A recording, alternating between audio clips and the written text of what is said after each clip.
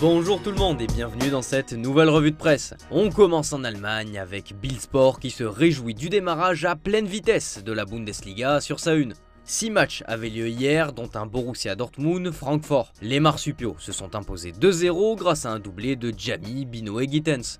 Des débuts réussis pour Nouri Sahin sur le banc du Signal Iduna Park. Retour aux affaires également pour le Bayer Leverkusen face à Gladbach. Et le champion en titre a repris ses bonnes habitudes de l'an passé. À égalité à la 86e minute, les hommes de Xabi Alonso étaient sur le point de concéder le nul avant que Florian Wirtz ne transforme son penalty en 2 temps à la 100e minute de jeu pour sceller une victoire 3-2. Les traditions ne se perdent pas. Enfin, les yeux sont rivés sur le Bayern qui fait sa rentrée après une dernière saison décevante. Bild se pose beaucoup de questions sur les cadres Neuer et Müller, la situation de Goretzka, la valeur de Vincent Kompany et le talent de Michael Olise. Premiers éléments de réponse à 15h30 face à Wolfsburg. On file en Italie où le Corriere dello Sport reprend sur sa une le slogan Fino alla fine de la Juventus. Et oui, la vieille dame a enregistré de nouvelles recrues dans le money time du mercato. La Juve aurait fait une offre de prêt avec obligation d'achat acceptée par la Fiorentina pour Nico Gonzalez. La Juve paye immédiatement 8 millions d'euros, puis 25 en février et 5 de bonus. L'Argentin va signer un contrat jusqu'en 2029 pour 4 millions d'euros par saison. L'autre recrue s'appelle Francisco Conceição. Il est question ici d'un prêt, avec ou sans option d'achat, c'est encore en discussion. Le club turinois aurait fait une offre de prêt payant entre 7 et 8 millions d'euros assortie d'une option d'achat. Une proposition refusée par le FC Porto qui désire une obligation d'achat dans le transfert. Malgré tout, un accord serait tout proche d'être trouvé. Côté terrain, c'est l'Inter Milan qui a rassuré avec cette victoire 2-0 face à Lecce. La grande satisfaction au-delà du résultat, c'est la performance de la recrue, Mehdi Taremi. En l'absence de Lautaro, blessé, l'Iranien a montré une jolie complémentarité avec Marcus Thuram et a offert sa première passe décisive. Déception en revanche pour l'AC Milan et Paulo Fonseca. Défait 2-1 face à Parme, le style de jeu du technicien portugais pose déjà question, puisque son équipe s'est fait avoir dans la profondeur beaucoup trop de fois. Allez, direction l'Angleterre à présent avec le Daily Star qui symbolise la douleur de Manchester United avec un jeu de mots sur Joshua Zirkzee sur sa une. Car oui, le buteur a vécu une journée assez improbable hier. Héros du premier match, il est celui maintenant qui a fait plonger Manchester.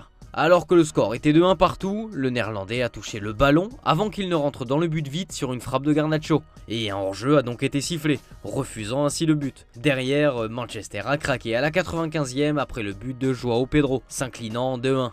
Pas sûr donc que Garnacho et Zirkzee partent de suite en vacances ensemble. Autre résultat de marque, la victoire 2-0 d'Arsenal face à Aston Villa comme le met en avant le Télégraphe. Un succès acquis grâce à une prestation XXL de son gardien David Raya pour le Sun qui en fait sa une. Autre homme clé de la rencontre, Thomas Partey selon The Observer Sport. Et enfin, dans cette lutte pour le titre, Man City a impressionné avec son succès 4-1 contre Ipswich. Les Citizens ont rincé leur adversaire selon le Manchester Evening News. Mention honorable pour Erling Haaland avec son premier triplé de la saison en Première Ligue et confirme donc qu'il est au-dessus selon le Daily Express. En France, le résultat à retenir, c'est l'AS Monaco qui réveille les démons de l'OL avec ce succès 2-0 comme le placard de l'équipe. Sans but et surtout sans occasion, Lyon a montré un visage inquiétant et se retrouve à 2 doigts de la crise selon le quotidien. Le Progrès explique que l'OL se remet dans le rouge, rappelant donc la zone rouge dans laquelle le Lyon a passé beaucoup trop de temps la saison dernière. Un succès tout en maîtrise des Monégasques selon Monaco Matin. Place au football champagne, s'impatiente la Provence dans ses pages d'intérieur. Après son succès 5-1 contre Brest, les hommes de De Zerbi comptent bien enchaîner face à Reims tout à l'heure pour leur premier match à domicile de la saison. Selon nos informations, l'un des lofters de l'OM, Mbemba, pourrait trouver une porte de sortie à Bologne sous forme de prêt. Dans l'Hexagone, on scrute la première de Kylian Mbappé dans sa casa, comme le souligne l'équipe. Quelle que soit l'issue du match de ce soir, le kick se régale Madrid côté business. Il a vendu près de 1 million de maillots lors de la première journée de vente selon le Parisien. Il fait aussi bien que David Beckham, référence en la matière. Bref, assez parlé des coulisses, place au terrain, enfin plutôt à son terrain, à sa maison comme le décrit Marca sur sa une. Une ovation dingue est attendue pour la star des Bleus. Ça sera la 4e fois qu'il fout la pelouse du Bernabéu, venu en tant qu'adversaire avec le maillot du PSG.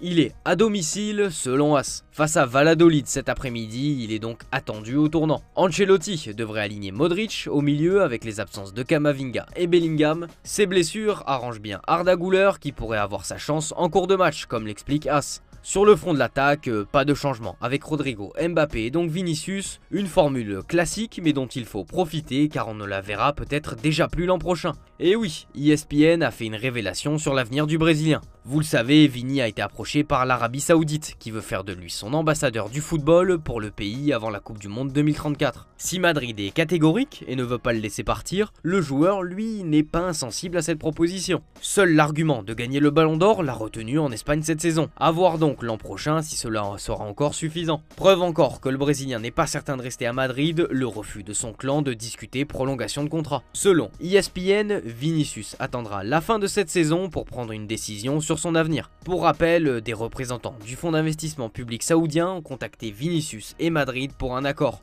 Ils ont proposé un salaire annuel pouvant atteindre 350 millions d'euros, faisant de lui le sportif le mieux payé au monde. On termine avec le Barça et cette victoire 2-1 face à Bilbao grâce à Lewandowski, comme s'en amuse Mundo Deportivo. Lamine Yamal a inscrit l'autre but catalan d'une frappe lointaine, permettant au Barça de faire des débuts de rêve pour Sport. Nico Williams, évidemment, n'a pas échappé au sifflet, lui qui est passé tout proche de signer au Barça. On l'a vu très blagueur avec les jeunes joueurs du Barça et également Hansi Flick, comme le constate Sport. C'est tout pour cette revue de presse, merci de l'avoir suivi les amis, bon dimanche à vous et on se dit à demain, ciao ciao.